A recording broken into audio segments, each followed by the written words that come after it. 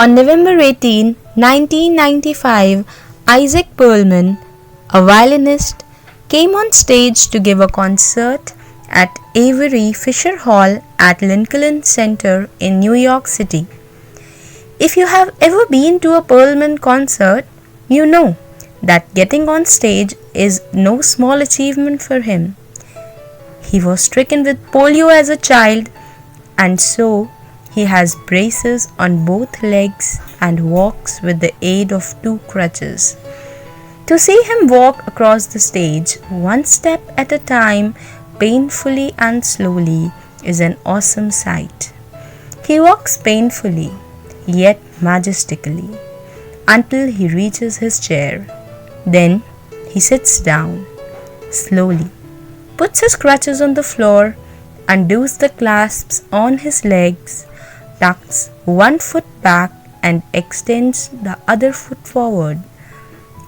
Then he bends down and picks up the violin, puts it under his chin, nods to the conductor, and proceeds to play.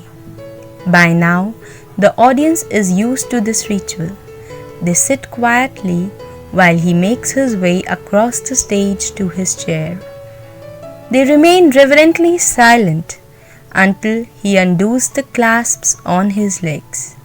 They wait until he is ready to play. But this time something went wrong.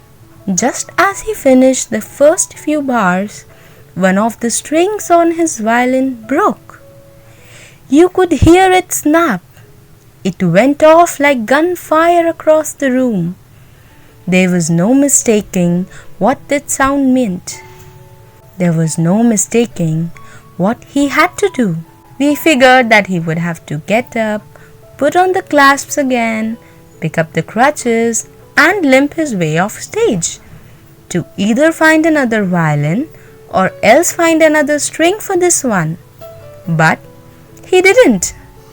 Instead, he waited a moment, closed his eyes, and then signaled the conductor to begin again. The orchestra began, and he played from where he had left off.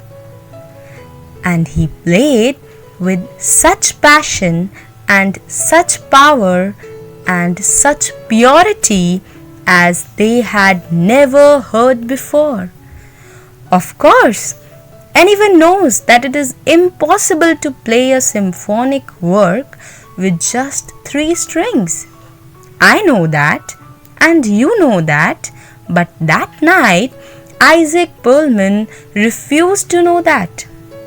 You could see him modulating, changing, recomposing the piece in his head. At one point, it sounded like he was detuning the strings to get new sounds from them and that they had never made before.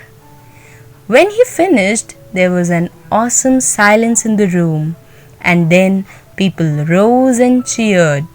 There was an extraordinary outburst of applause from every corner of the auditorium. We were all on our feet, screaming and cheering, doing everything we could do to show how much we appreciated for what he had done. He smiled, wiped the sweat from his brow, raised his bow to quiet us, and then he said, not boastfully, but in a quiet, pensive, reverent tone, sometimes it is the artist's task to find out how much music you can still make with what you have left. What a powerful line that is! It has stayed in my mind ever since I heard it.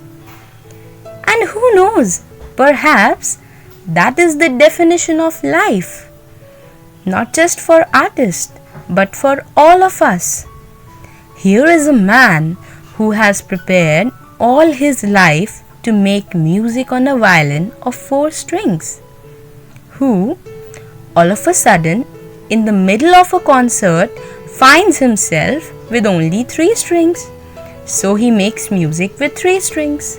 And the music he made that night with just 3 strings was more beautiful, more sacred, more memorable than any that he had ever made before when he had 4 strings.